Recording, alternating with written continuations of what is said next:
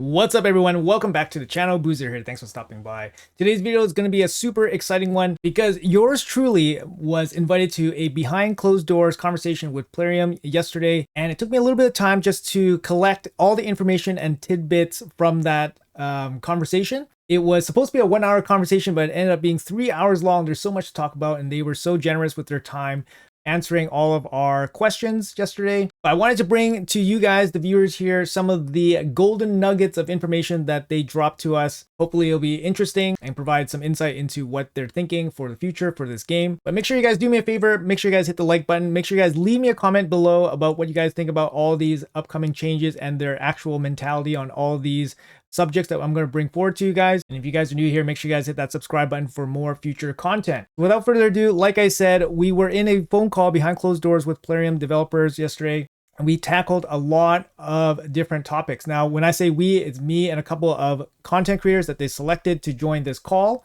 And it's my first time part of these calls. So I was very diligent. I did take a bunch of notes here, so I will share it with you guys here. So first things first, they did mention time in the game, and this was a big topic here that we started off right away. And they did mention that it was something that they were considering heavily all the time about how to improve this. They realized the game is heavy on the time spending, obviously the time involvement. They play the game themselves, so they know exactly how much time it takes. Now, the big topic here is background battles. So if you guys are talking about trying to save time in the game and then looking towards background battles, so basically this background battles and then trying to do other things, the issue that Plarium kind of sees and described to us is that they believe that the game, while it's AFK, they don't want it to be completely AFK and then basically have people not be totally engaged in the game at all. So we batted around the ideas of adding maybe more multi-battles in the background that we could do. For example, perhaps doing multi-battles on top of multi-battles. But again, the issue of being too AFK and too disengaged from the game is an issue. So Plarium is a little bit sensitive on how to juggle this part of the game.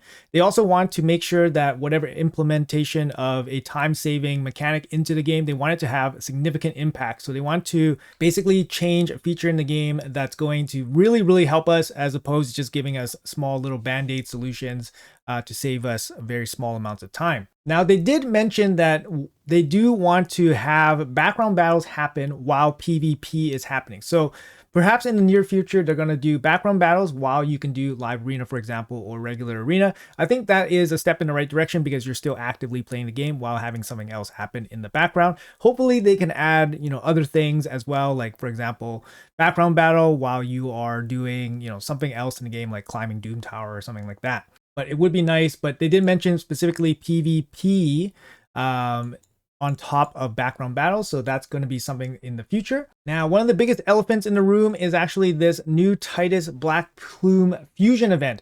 So if you guys have watched my showcase on Titus, or maybe you guys have seen a showcase on Titus here, he is significantly a very strong champion. He deals significant damage, and he's utilizing a mechanic that was previously seen in Corporate Cadaver and was subsequently nerfed. So, we are skeptical whether Titus will be able to replicate this level of damage moving forward. And we are skeptical whether Plarium will actually, nerf Titus as well. Well, we did bring this up straight to Plarium, and their response was basically, no, it's working as intended, and we know exactly what we have, and we have no plans to nerf this champion at this time. Now, of course, never say never, and that was obviously an asterisk on what they said, but that goes with any champion, right? But like I said, we reiterated the issue and our concerns with Titus, and they did say that there was no intention on nerfing them at this time. So moving on with the events, we did touch upon the Coalition event. So they said that the Coalition event was something that they've been working on and basically based off of a previous event where there was a community kind of goal. And I think the Coalition event was a bit better version of that first iteration. And they agree, they do like the Coalition event. They felt like there was a lot of things going on. But I think most of the content creators as well as the devs kind of agreed that it was a little bit too difficult in some areas. So they will probably adjust this in the future to make it maybe slightly better, slightly easier. Specifically, they mentioned having the Tholin fusion being part of a quest for this coalition event was probably a little bit too difficult. So the idea of perhaps some kind of login champion as a quest, so obtaining a login champion as a quest would have been easier for most people to do as opposed to straight up doing a fusion. But that just means that this event was a partial success and they'll probably look to reassess and re-implement this type of event in the future as well. Overall, for me, like, yes, it's a lot of stuff to do, but it's additional resources, which I think is in the end a good thing. All right, so let's hop out and head to some of the game modes here. So we talked about all the game modes. And yeah, there's a lot of things to unpack. So let's first jump into a Curse City. So there were conversations about Centranos and Soulcross and how difficult some of the levels were and how a lot of the levels were basically RNG dependent on stun sets and all that. There's also gripes about some of the hardest difficulty in the game or hardest content in the game being Curse City dropping 5-star gear. Now, that totally makes sense. Why would you drop so much 5-star gear from this content, right? So Plarium's response, the way they kind of see it is that the 5-star gear, they don't see that as an issue. And they're not particularly happy about some of the stages' difficulty being that you basically just rely on stun set RNG, for example, especially in hard mode in Soulcross, which is, this area right here. But they feel it's tricky to balance and fix, but they are looking at ways to kind of adjust some of the difficulty levels, especially for some of the harder requirement or hard condition stages. Another issue that they mentioned is that general engagement in Curse City. They're trying to find ways to maybe promote more engagement, because after when people get Carnage, and especially after when people get the souls for Carnage, the engagement goes down. So they have to think of additional ways to generate engagement from the public. So maybe look out for something in the future for Curse City, but nothing concrete was mentioned about Curse City. But that will be something for the future. Personally speaking, like, they have normal and hard difficulty. Like, it only makes sense that they would add like a brutal and nightmare difficulty in the future for more rewards, maybe more champions, etc., etc. But obviously that's a long time away probably. But currently they don't seem to have too much inkling to adjust some of the rewards here, but they are looking into some of the difficulty scaling on some of these stages. Now, moving on to another mode here that needs a bit of love would be the Hydra mode. So Hydra, as you guys all know, had a big change. They implemented auto battles into Hydra basically at the same time that Hydra had the big rework. And ever since then, I think it's been about 9 or 10 months now, nothing much has happened with Hydra. They said that they are looking into things, how to make Hydra a little bit better. Obviously, they didn't give us anything concrete, but then they said it was a little bit tricky. They specifically mentioned stuff about the Serpent Wheels buff, whether that needs to be adjusted or whether some of the other mechanics for the Hydra heads need to be adjusted. And they also specifically mentioned auto battles. So auto battles here, the quick battles, whether implementing more would actually help people. Again, it's part of the engagement part. Would adding more quick battles be something that hurts engagement or not? They probably view it as something negative, so adding more probably wouldn't actually help them. So I would not expect more quick battles in the future. They also mentioned that they have an idea on what they want to do with Hydra, so probably expect some changes with Hydra sometime in the future. They're not going to just leave the format as it is. They also mentioned a quick comment about Trunda. And of course, it's a very tricky subject to, work around and all that. We all seen how strong Trunda is. General consensus from most people that, at the highest play of Hydra, generally they think Trunda is an outlier in terms of overall damage. However, that is not the general sense of the general population. So Plarium is a little bit, hands off in terms of trying to adjust a champion just for a very, very small minority of the player base. So at this time, they only mentioned that they were monitoring it, but there's not going to be anything concrete on that front. All right, so that's Hydra. So let's move on to the next game mode. They're talking about a little bit about Siege. Now, Siege, we just have a massive update for Siege. A lot of new things are coming, like traps, more tier levels for Stronghold, more control by the leader to be able to remove teams and all that. So these are all things that are good, heading in the right direction and all that stuff. They are also adding some of the relic material for the higher tiers. So the higher tiers of Siege, they're going to be implementing a tier 7 and tier 8. And then they're going to be adding relic materials in there as well. So that's going to help out the relic economy a little bit. So more comments on relics in a second here. They also mentioned friendly team battle testing for Siege. So for Siege, they see that as a benefit, being able to basically test your defense against your clanmates and so forth, seeing what is good and what is not. However, they did say in the basically same kind of topic discussion that player versus player, like kind of arena setting testing, they're not too keen on. But if it's implemented into Siege, it is more appealing. So personally speaking, I would probably expect to see some kind of team battles for Siege before I would see any kind of team battles for like PvP related stuff where you can test stuff in the arena and all that. Or maybe they would limit who you can test against, for example, because we mentioned, for example, content creators can host certain like kind of arena formats or certain arena tournaments with conditions and all that, like just some fun stuff.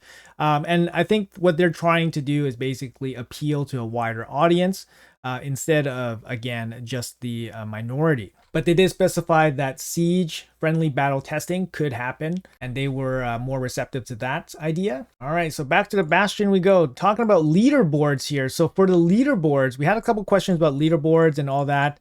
And you know what? It seemed like they were kind of done with it. It didn't seem like this was a top priority to expand on this. We asked basically like, what are you going to do with this leaderboard? Could you provide more information, like for example, like teams and so forth? You know, just kind of like a bit more details into this, right? Because we weren't really satisfied with the leaderboards, but they basically said that it doesn't really appeal to a wide, you know, population player base, and it's not something that there is top priority for them to put more resources into expanding. So there we go, leaderboards gonna be lacking support moving forward. All right, big topic here, relics. So relics and relic stuff here. They said that event relics will be returning. We specifically asked about that because there is some event relics here that are extremely, extremely powerful and will be missed. Where is it? Event relics. Sorry, here it is. For example, the Crown of Corruption and Cat's Gaze, very, very good relics from the past events. Now, they said that they will come back. The old ones, we specified Cat's Gaze, and they said it will come back in specific targeted events. So it gives you another opportunity to pick up some of these relic events somewhere down the line. They didn't give us a timeline or anything, but they just said be patient and wait. But that's good to know that it is a possibility for them to come back. Some of these are extremely strong. For example, the Crown and the Cat's Gaze. The Crown in particular is extremely, extremely strong because this speed bonus applies to your like total speed, not your base speed, which seems overly busted. But it is mythical. It's a mythical craft, so it's going to be very difficult to get anyways. But that is good to know. They also mentioned that buffs and adjustments to relics, more siding on the buff side, could happen in the future. So that is, you know, definitely on the table. It's something that they're assessing as, you know, the economy grows and, you know, stabilizes. Another thing that they mentioned is the relic resource, basically economy. You know, it's always something that they're developing. So first it's, you know, they just released it and now they're kind of like just fleshing it out, right? They're fleshing it out. One of the big things that we mentioned was the CBC, or sorry, clan shop levels, and how difficult it was to actually get these medallions at the very end here. So they did mention that they will be dropping the level requirements for these relic materials. They didn't specify which level it would drop to, but they said it would be way more accessible moving forward. So we look forward to that because yeah, level 30 at this point, like the game is going to be a pretty long time from now. So they are, you know, obviously actively assessing you know, the relic economy. We did gripe about that quite a bit, how it was quite difficult to basically even just level up your relics. And that is on top of obtaining relics. Obtaining relics are already hard enough, but leveling them up is very, very difficult as well. So that's good to know that they're going to be moving these medallions down a little bit so that we have a chance to pick them up. And I guess the good thing is that the developers recognize that the economy is, still in flux, and they're going to make some adjustments along the way. Probably going to add more basalts, more relic materials in event rewards. That would be helpful just to give people some more relics to craft and more relics to use as food. All right, so I did ask them a couple questions about champion acquisition. So first of all, I asked them a bit about staple champions, whether they would add more staple fusions here on the side. So, basically just fusions that are always here, or one-time fusions that are just here, not time-gated. And they said they don't mind the idea, but they don't think it's that easy to do. I don't know why the word easy to do was there. It's kind of just like a thing that people just do. But they also feel like it doesn't provide much, I guess, entertainment. And they would much prefer doing like a mission, like Arbiter mission, for example, and then having a impactful champion at the end of all those missions, as opposed to just having a static fusions here on the side. So I did ask them about that. We did talk a bit about fusion champions, especially the fusion champions that are currently being offered. I basically asked them that fusion champions should, pretty much be always impactful, because that's the only way that people can get guaranteed, not guaranteed, but have a chance at getting specific champions, considering how big the pool is nowadays. So their comment was that they are always actively trying to provide champions that fill a specific need in the game. So that's kind of their way of saying that they do take some considerable steps to give you fusions that are good and useful in certain areas. Of course, not always going to be like top optimal or anything like that, but they did address that. And I feel like there is considerable effort. Like whenever I see a fusion, I'm like, okay, I see where they are going with it. But obviously, it's not always the case. Like we're not always going to get like newt level fusions. Obviously, there were some comments made about guaranteed champions, and again, they would like to lean more on the gacha style for these games. So basically having the randomized pull as opposed to just basically buying shards and getting specific champions. We did touch upon some of the login champions as well, and they mentioned that the brand new login champion, Lemisi, the one-winged Sylvan Watcher dude, or female, sorry. She's not in the game right now, but she's going to be the next login champion coming probably tomorrow. But they did mention that it's basically a champion that fills a need for the Sylvan Watchers, and they know that. It's not by accident. And she is an attack-based damage dealer for the Sylvan Watchers. So they are trying to, drop us those, helping hands here and there, right? So in this case, in the free login reward. So moving on to the Altar of Souls. Now, I did mention to them, this is specifically my experience, that I'm still looking for my Marius 6-star soul. I basically pulled Marius back in August of 2024. It's July 2025, and I'm on his 5th star soul. I'm still looking for a 6-star soul. And I basically told him it's kind of ridiculous that you have to wait, a year potentially to 6-star champion. Obviously, I buy each step along the way in the market or the soul merchant or whatever. And the wish list part is basically non-existent. So the way they commented on this was that something that I didn't actually know was that there's actually a logarithm that they set that each soul will appear in the shop every, I think he quoted 2.5 months. So every 2.5 months, you're basically guaranteed to see the soul of that one champion. Not a luck thing, but it's basically like guaranteed in their algorithm. So that's pretty interesting to know. I didn't know that, but obviously that's way too long.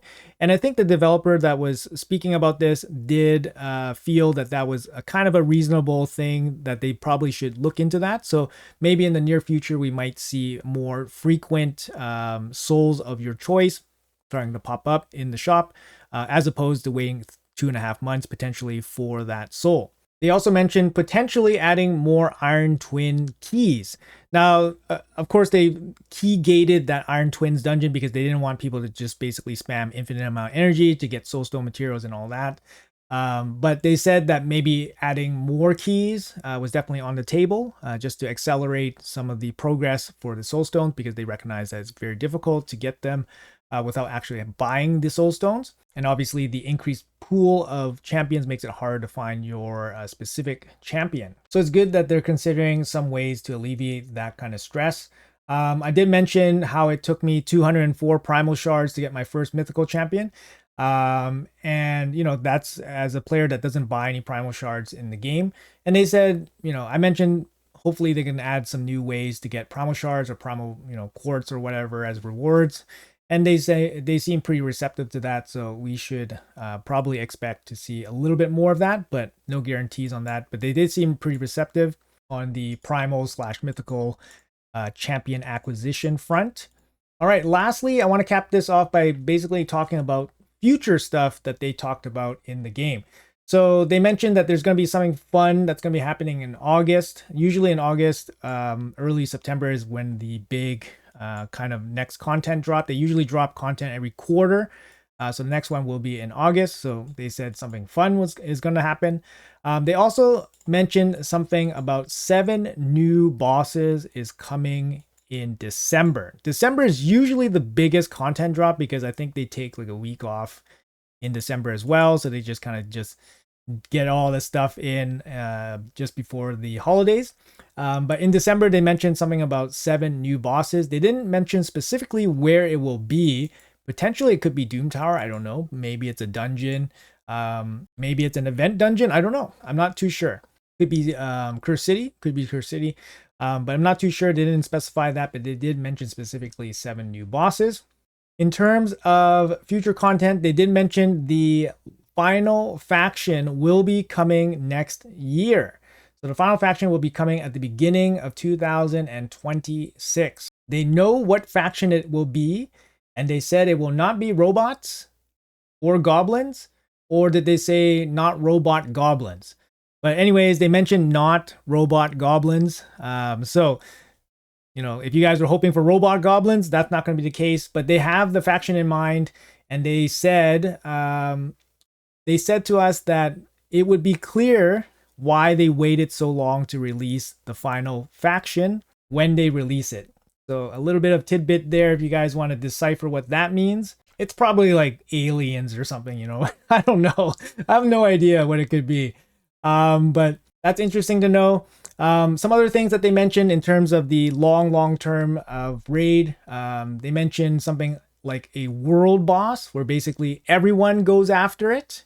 That could be interesting. They don't have anything like that in the game right now, but they mentioned that as potentially something that could happen.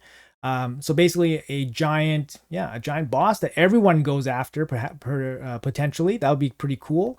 And then they mentioned something PvE related for your clan. So right now we have like PvE, kind of like clan versus clan. We have clan versus clan, and then we have clan versus clan in Siege. But then they mentioned something about clan versus PvE. So it could be a clan versus like some kind of boss.